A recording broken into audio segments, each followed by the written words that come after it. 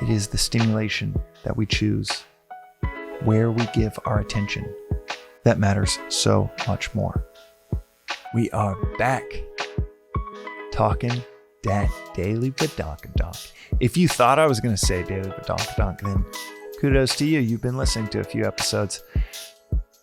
But today's episode, I've never covered this topic before. And this reflection is one that I've been thinking about since hearing it maybe for the 10th time or so.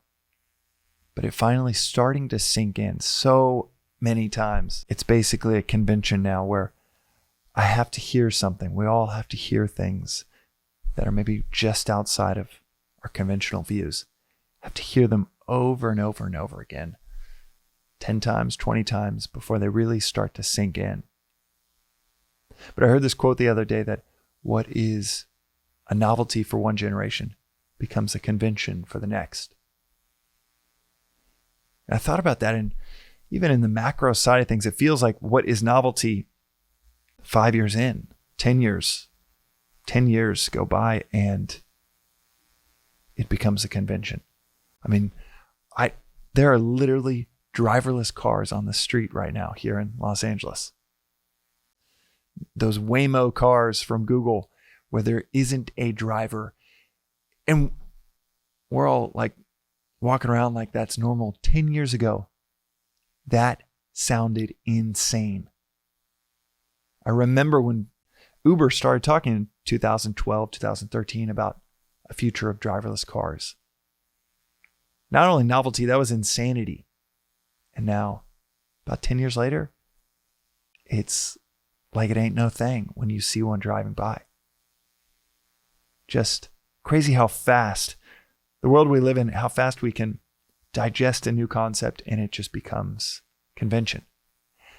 On the micro side of things, personally, it's really interesting how you have to hear something multiple times to even really hear it. In the midst of a noisy day or noisy world that we all live in, sometimes we have to hear something 4 or 5 times. Sometimes I got to hear my daughter calling daddy, daddy 5 times before it cuts through the focus on the laptop. There's a marketing book called Guerrilla Marketing from the 70s. That's where the term was coined and made famous, of guerrilla marketing. And in that book, I think it's chapter 7 of that book, this classic book around marketing, talks about how it takes about 20 times of seeing a brand or their advertisement before someone contemplates purchasing from them. And it takes 7 to 10 times before that person is even registered as quote unquote brand recall, that has even registered that they've seen the brand. Got a nice little honking, speaking of the noise in the city, nice little honk from outside. And the amount of noise we live in for an advertisement, the entire goal is to catch your attention. Still might take you 4 or 5 times, 7 times, 10 times of seeing a commercial before you register. Oh, that is a interesting new car company, interesting new restaurant, new gadget, new product. That's for an advertisement, for a subtle concept that does not have a $150 million marketing budget behind it. For a subtle concept, like the one we'll discuss today, it can slip in between other words, other noise, and go completely unnoticed for years until you hear it a 15th time and it starts to click. The reflection today is on the Vedantic notion that we have a receipt of a stimulus. Then we have a reaction that takes place inside, some way that we react to it. Then we respond to it. Life is described in Vedanta as a stream of experiences. A stream of experiences, that's what makes up a life. And within a life, within a experience, a unit of life, you have a subject and an object. You have you, the weather you're experiencing outside, it's raining, and that creates an experience, part of your life, a unit of that stream of experiences that will create the afternoon, the day, and your entire life. So you have stream of experiences down to a unit of an experience. Unit of an experience broken into a subject and an object. And ultimately, it's the subject's relationship with the object that creates that experience. It's where you give your attention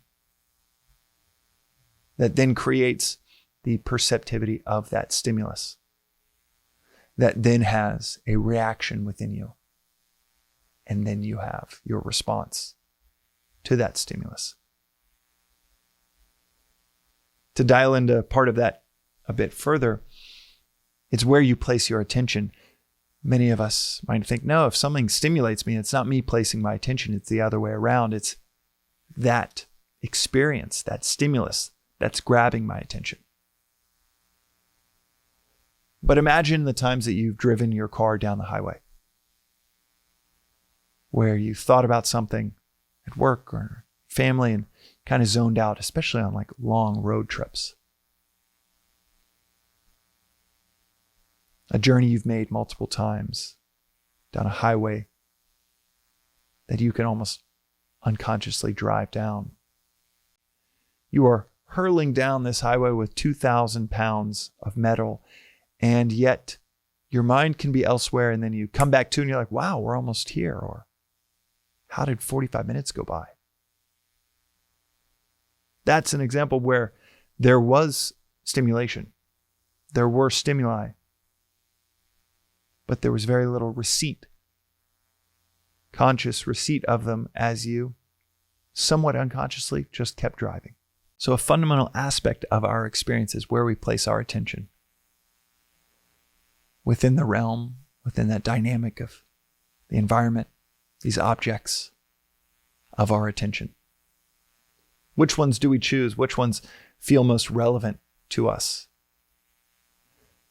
The other fundamental aspect is on the other side of the equation as the stimulus that creates the experience and really creates the life that follows that individual acute experience. And that is on the other side, you have the entry point of the stimulus, the receipt. Then you have a reaction to it. Someone says something about your brand new shoes. You have no identification with them. It doesn't really bother you. You are quite self-sufficient without needing people to think a certain thing about you. And well, there's very little reaction within you. And therefore, there's very little response. So you could focus on maybe the work task, the work dynamic that supersedes in importance to what was just said about your shoes, to where you laugh that off and your attention goes back to something more important that you are still responding to.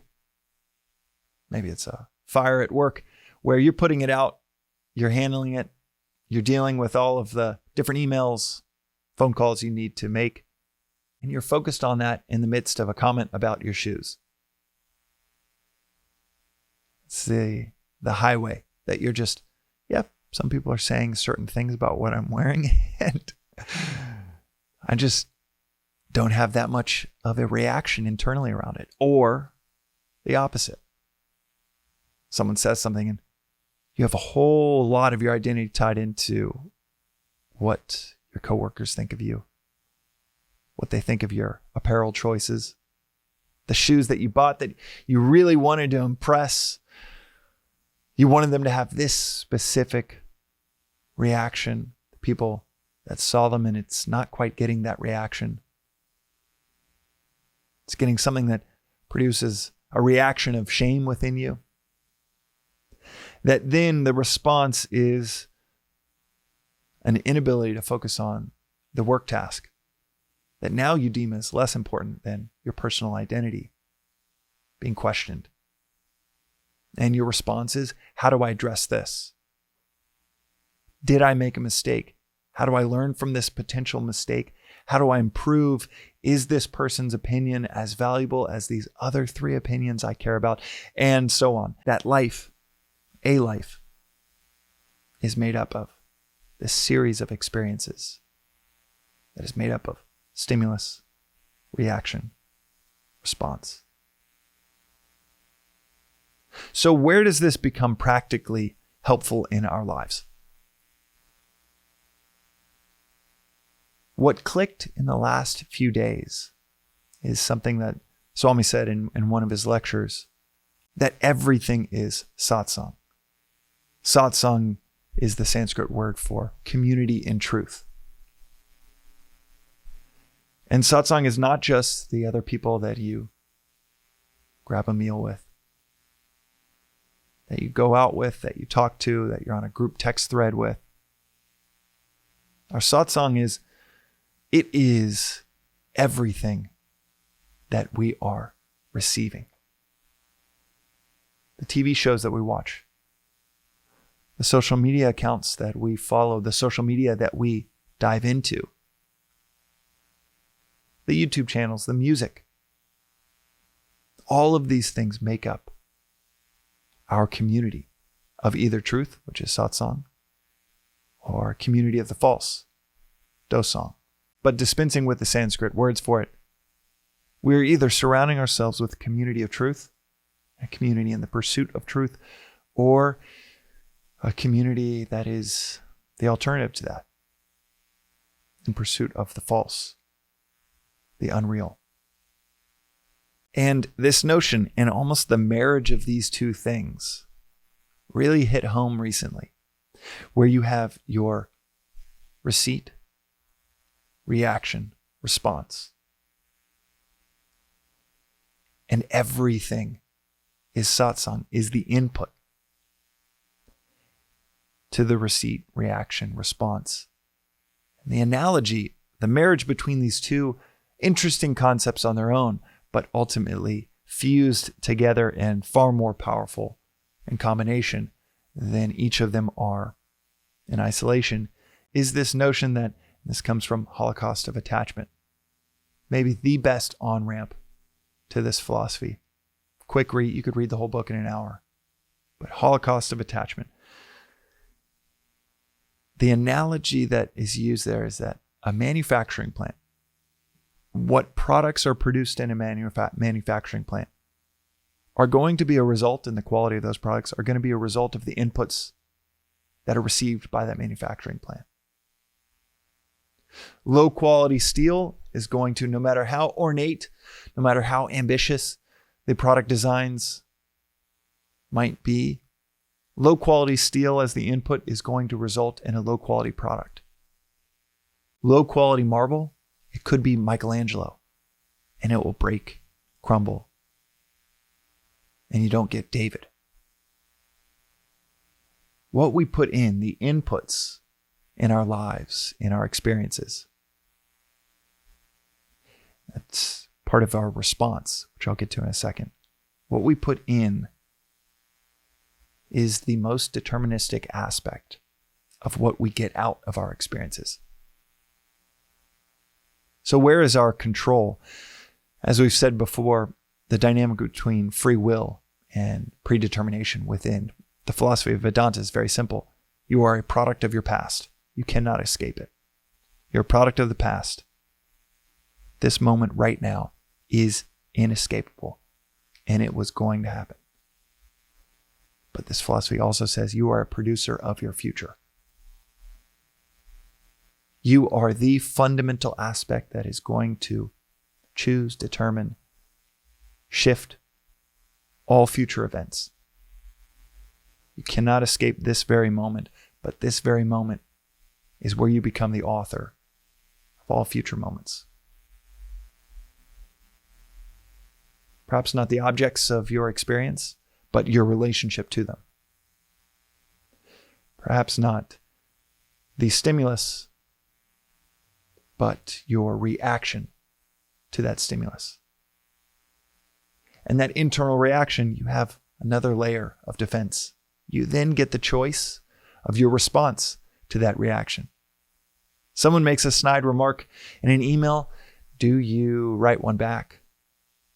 Escalate the warfare. A spouse says something you don't like. Do you blow things up? Do you say that thing that went from slight discomfort within you to now you're spending 2 weeks making up for it because of that extremely hurtful thing that you said in a moment of weakness? Those next 2 weeks are determined by, well, product of your past, of the responses chosen before. And you could focus all of your energy on the response, that side of the equation. Or what really hit home recently is start focusing 95%, 98% of your energy on the inputs, the beginning of that equation, the receipt, what's coming into that manufacturing plant that is you and your life. Is it nutrition for the body, the mind, the intellect? Is it junk food for the body, the mind, the intellect? Which one is it?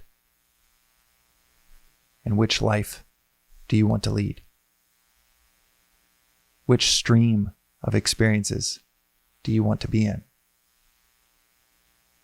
I used to think it was about our responses to situations that mattered the most, and now it's becoming much more crystal clear. It is the stimulation that we choose, the inputs that we choose, where we give our attention.